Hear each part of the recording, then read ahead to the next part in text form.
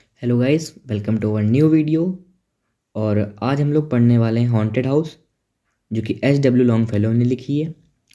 एच.डब्ल्यू. Longfellow द्वारा written की गई है और साथ ही साथ ये बहुत ही ज़्यादा इम्पॉर्टेंट पोयम है 10th वालों के लिए, क्योंकि ये पोयम पेपर में पूछी जा सकती है बोर्ड एग्जामिनेशन में।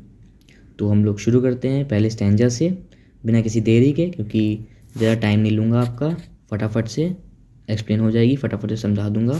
थोड़ी बहुत फिगर्स ऑफ स्पीच मैं एक्सप्लेन कर दूंगा बीच बीच में। शुरू करते हैं। अब all houses where man have lived and died are haunted houses. वो सारे घर जहाँ पर लोग जीते हैं मरते हैं वो सभी के सभी हॉन्टेड होते हैं, मतलब भूतिया होते हैं। Through the open doors the harmless phantoms on their errand glide. मतलब कि खुले हुए दरवाज़ों के द्वारा, खुले हुए दरवाज़ों से वो अंदर आते हैं घर के, और अपने जो एरेंड से मतलब टास्क हैं, ग्लाइड मतलब लाइटली, मतलब बिना किसी वॉइस के, मतलब लाइटली बहुत ही हल्के वे में आते हैं, अपने टास्क को पूरा करते हैं। और ये फैंटम्स हार्मलेस होते हैं, जो कि हम लोगों को नुकसान नहीं पहुंचाते हैं। With feets that make no sound upon the floor. और ऐसे कदमों से आते हैं कि जो बिल्कुल भी साउंड प्रोड्यूस नहीं करती हैं फ्लोर पे, जिसके बारे में हम इंसानों को, हम लिविंग बींग्स को पता नहीं चलता है कि वो भूत कब आए, भूत कब गए। भूत in the sense harmless phantoms. आगे देखते हैं दूसरा stanza. We meet them at doorways on stairs along the passage they come and go. और हम लोग उनसे कहाँ कहाँ मिल सकते हैं? डोरवेज पे मिल सकते हैं, स्टेयर्स पे मिल सकते हैं, और उस पैसेज, उस रास्ते पे, उस पैसेज पे मिल सकते हैं जहाँ से वो आते हैं और जाते हैं।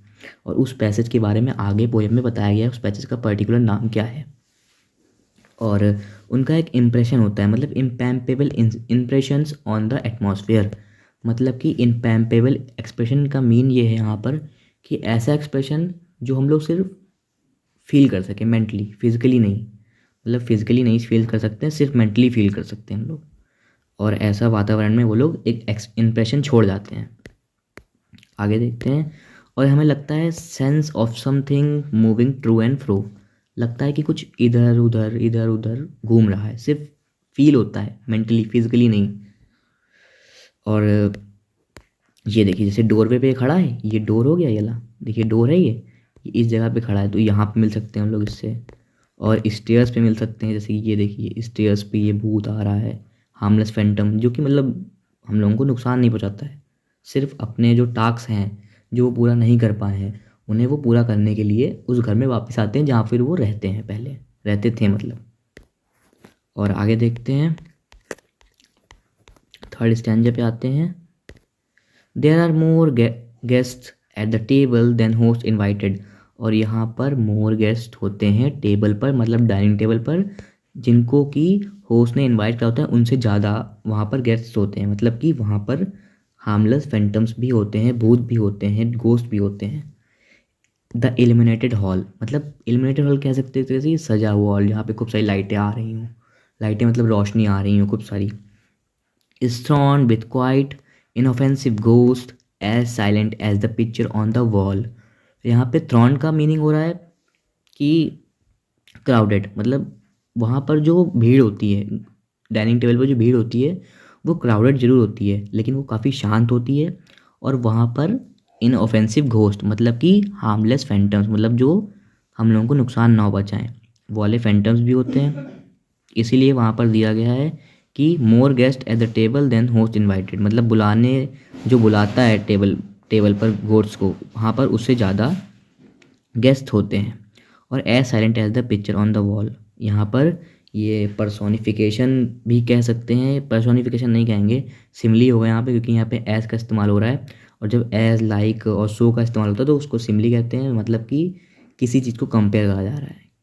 As silent as the picture on the wall, मतलब जो इनऑफेंसिव गोस्ट हैं वो इतने साइलेंट है जितने कि वो दीवार पर लगी हुई पिक्चर है। आगे देखते हैं हम लोग। अब यहाँ पर देखो, यहाँ पे घोस्ट हैं, सब डाइनिंग टेबल बैठे हैं घोस्ट, और यहाँ पे लाइट लाइट आ रही है पूरे मतलब रूम में। इस तरह से जितनों को होस्ट ने बुलाया था उससे ज़्यादा लोग वहाँ पर आए हुए थे। और जो ज़्यादा में आए हुए थे, जो ज़्यादा नंबर्स में थे, वो थे ghost. Harmless phantom, inoffensive ghost. Inoffensive ghost keywords हो गया, हार्मलेस फैंटम कीवर्ड हो गया। तो ये कीवर्ड्स भी हैं जो काफ़ी इंपॉर्टेंट हैं। और यहाँ पर दिया गया है 4th स्टैंजा में, the stranger at my fireside can not see the forms I see nor hear the sound I hear. मतलब जो स्ट्रेंजर, एक आदमी, आदमी यहाँ पे बात हो रही है, ये घोस्ट, इस जो मतलब पोयम है, ये पोयम का नरेटर जो एक खुद घोस्ट है। इस बारे में आपको आगे पता चल जाएगा कि मैंने अभी बता दिया है। इस पोयम का जो नरेटर है वो खुद ही घोस्ट है एक। तो आप उसने बोला है कि जो मेरे फायर साइड के बगल में स्ट्रेंजर है वो सिर्फ मुझे दिख रहा है, क्योंकि जो फॉर्म्स हैं वो सिर्फ मुझे दिख रही हैं, और जो आवाज़ जो वो नहीं सुन सकता, लेकिन वो मैं सुन सकता हूँ सिर्फ।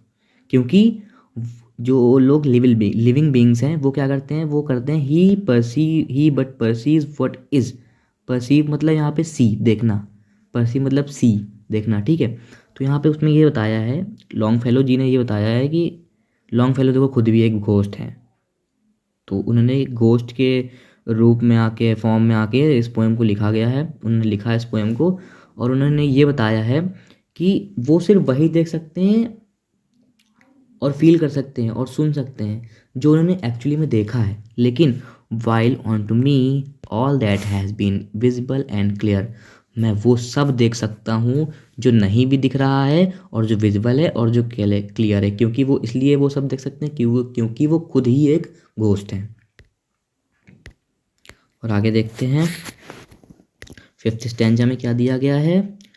We have no title deeds to house और लैंड। टाइटल डीड्स मतलब होगा लीगल डॉक्यूमेंट्स, क्योंकि जो घोस्ट होते हैं वो मर जाने के बाद उनके पास कोई लीगल डॉक्यूमेंट्स नहीं होता है उनके ज़मीन का, उनके घर का। बट इसमें आगे ये बताया गया है कि owners and occupants of earlier dates from graves forgotten stretch their dusty hands. इसमें ये बताया गया है कि जो ओनर्स थे, ऑक्यूपेंट्स थे, वो पहले की डेट थे, अर्लियर डेट में, पहले जब वो जीवित थे तब वो ओनर्स थे, ऑक्यूपेंट्स थे। लेकिन अब वो क्या करते हैं, अपनी ग्रेव, अपनी समाधि से अपने हाथों को निकालते हैं बाहर, मतलब डस्टी हैंड्स, जो धूल लगे हुए हाथ होते हैं उसको निकालते हैं। And momentum still their old state. यहाँ पर ये स्पेलिंग का एरर है, यहाँ पर रुकिए मैं लिख देता हूँ, स्पेलिंग का एरर है यहाँ पे, वो प्रिंटिंग में हो गया होगा लिखने में। मैं स्पेलिंग लिख देता हूँ उसकी सही वाली, MORT मॉट मैन, MAIN। राइटिंग अच्छी नहीं है बट ट्राई करिएगा समझने के लिए। और यहाँ पे लिखा है एन मॉटमैन स्टिल देयर ओल्ड स्टेट। और जो उनकी मतलब उनकी जो एक तरह से कि एक इमेज है, एक इमेज कह सकते हैं, और जो विरासत है वो अभी भी पुराने ही स्टेट में, मतलब पुराने ही फॉर्म में है। ये है इसका मतलब। और आगे देखते हैं, ये देखिए जैसे कि यहाँ पर दिखा रहा है कि वो कैसे अपने डस्टी हैंड को मतलब स्ट्रेच कर रहा है ग्रेव से। ये ग्रेव हो गया और ये अपने डस्टी हैंड को बाहर निकाल रहा है। क्यों निकाल रहा है? क्योंकि वो चाहता है कि वो मतलब वो उनके पास कोई टाइटल डीड नहीं है, लीगल डॉक्यूमेंट नहीं है अपने हाउसेस का, लेकिन वो चाहते हैं कि जो उनकी विरासत है पुराने टाइम की, जो कि उसी स्टेट में, जिस स्टेट में उन्होंने छोड़ी थी, वो वहाँ पर जाकर अपना रह सके फिर से। इसलिए वो अपने डस्टी हैंड्स को बाहर निकालते हैं, स्ट्रेच करते हैं, जिससे कि वो लोग बाहर आ सकें। देन आगे देखते हैं, ये स्टैंजा हो गया है। अब यहाँ पर दिया गया है the spirit world around this world of sense. Spirit world मतलब घोस्ट, घोस्ट की दुनिया। वर्ल्ड ऑफ सेंस मतलब ह्यूमन बींग्स, मतलब ह्यूमन बींग्स की दुनिया। फ्लोट लाइक एन एटमॉस्फेयर, एक वातावरण की तरह फ्लोट करा करता है, झूमा करता है। फ्लोट मतलब टहरा करता है, तैर रहा है। And everywhere waft through the these earthly mist and vapour dense. Vapour dense, अब यहाँ पर ये बताया गया है कि हर जगह पर वाफ्ट मतलब बहुत ही लाइटली, अर्थली मिस्ट मतलब कि एक धुंध की तरह, एक धुंध की तरह, और वेपरेंडेंस की तरह वो लाइटली लाइटली हम लोग को फील हुआ करता है। एक यहाँ पे एटमॉस्फेयर, अगर जैसे पेपर में पूछा जाता है इस पोएम का एटमॉस्फेयर कैसा बताया गया है, तो आप लोग कह देंगे कि विंटर्स का है, क्योंकि यहाँ पर अर्थली मिस्ट है, क्योंकि तो विंटर्स में ही जो कोहरा वोहरा है, जो फॉग है, वो विंटर्स में ही होता है। तो यहाँ पे ये बताया गया है कि जैसे कि जो वर्ल्ड ऑफ सेंस है, वर्ल्ड ऑफ सेंस में स्पिरिट ऑफ वर्ल्ड आता है, ठीक है। तो उसमें हम लोगों को फील होता है, एक एटमॉस्फेयर में फील होता है कि ठंडा ठंडा मौसम लग रहा है और लग रहा है कि कोई अपने आसपास है, टू एंड फ्रो मतलब इधर उधर जा रहा है। आगे देखते हैं, a vital breath of more ethereal air. यहाँ ब्रीथ होगा, ब्रीथ लिखा है तो वो भी मैं सीख कर देता हूँ, BREATH।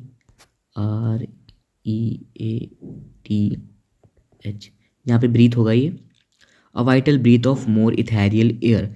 इथेरियल एयर कह सकते हैं अदर वर्ल्डली एटमॉस्फेयर, मतलब कि एक अदर वर्ल्ड का एटमॉस्फेयर होगा। तो वाइटल ब्रीथ वहाँ पे मतलब बहुत ही ज़्यादा इम्पॉर्टेंट, एक इम्पॉर्टेंट ब्रीथ हो रही है अदर अदर वर्ल्डली एटमॉस्फेयर की। आगे देखते हैं, आगे देखते हैं, यहाँ पे है, our little lives are kept in equipoise by opposite attraction and desire. हम लोगों की छोटी छोटी ज़िंदगी जो है वो एक इक्विपॉइज होनी चाहिए, मतलब बैलेंस होनी चाहिए, जिससे कि हम लोग अपोजिट अट्रैक्शन और डिज़ायर्स को हम लोग को बैलेंस करना चाहिए। जो हम लोग इच्छा हैं और जो हम लोग के मतलब चाहने वाले हैं, अपोजिट अट्रैक्शन मतलब कि लड़का और एक लड़की वाला अट्रैक्शन जो है, उस पर हम लोग को एक बैलेंस रखना चाहिए ताकि हम लोग को प्रॉब्लम ना हो। The struggle of instinct that enjoy and the more noble instinct that aspire. अब जो स्ट्रगल करते हैं हम लोग, ठीक है, उसके बाद ही इंजॉय कर सकते हैं। तो यहाँ पे ये लाइन, इस लाइन का मतलब ये है। और जो मोर नोबल इंस्टिंक्ट दैट एस्पायर्स, और यहाँ पे ये बताया गया है कि जो ज़्यादा नोबल हैं वो अपने एस्पायर्स को ज़्यादा इंजॉय कर सकते हैं। These perturbation, this perpetual jar of earthly wants in aspiration high। यहाँ पे ये these perturbation मतलब जैसे कि डिस्टर्बेंस हो जाना, मेंटल डिस्टर्बेंस हो जाना। परपेचुअल जार मतलब इमॉर्टल सोल, मतलब कि harmless phantoms of earthly want in expiration high. अब भैया उन लोगों की भी एक्सप्रेशंस कुछ होती हैं, वो लोग भी कुछ चाहते हैं, वो लोग भी कुछ चाहते हैं, उनकी भी हाई एक्सप्रेशंस होती हैं, जिससे कि हम लोगों को फील होता है कि एक हाँ मेंटल डिस्टर्बेंस हो रहा है, कि कोई आ रहा है कोई जा रहा है। तो उस वजह से हम लोगों को प्रॉब्लम भी होने लगती है कई बार। Come from the influence of unseen star, और जैसे लगता है कि वो एक अनसीन स्टार से इन्फ्लुएंस होकर आए हैं। An undiscovered planet in our sky, और साथ ही साथ जो ऐसा प्लेनेट से आए हैं कि जो भैया हम लोगों के स्काई में अभी तक डिस्कवर ही नहीं हुआ है। अनडिस्कवर्ड प्लेनेट से वो अपने आए हैं हमने, जो फैंटम्स हैं। And as the moon from the gate of cloud through over a sea of floating bridge of light। अब देखो यहाँ पर ये पैसेज के बारे में बताया गया है, ये पैसेज के बारे में बताया गया है यहाँ पर, ब्रिज ऑफ लाइट, सॉरी यहाँ पे ब्रिज ऑफ लाइट, ये जो है, जो वहाँ पे सबसे पहले स्टैंजे में पैसेज के बारे में बात हुई थी, सबसे पहले नहीं, सॉरी पहले नहीं, दूसरे वाले में, दूसरे स्टैंजे के दूसरे लाइन में ये बात हुई थी कि along the passage they come and गो, मतलब कि हम लोग उनसे पैसेज पे मिल सकते हैं जहाँ से वो आते हैं और जाते हैं। उस पैसेज का नाम है फ्लोटिंग ब्रिज ऑफ लाइट। जो एक यहाँ पे लिखा है कि as the moon from the gate of cloud through over the sea of floating bridge of light across who trembling and plank over fancy crowd.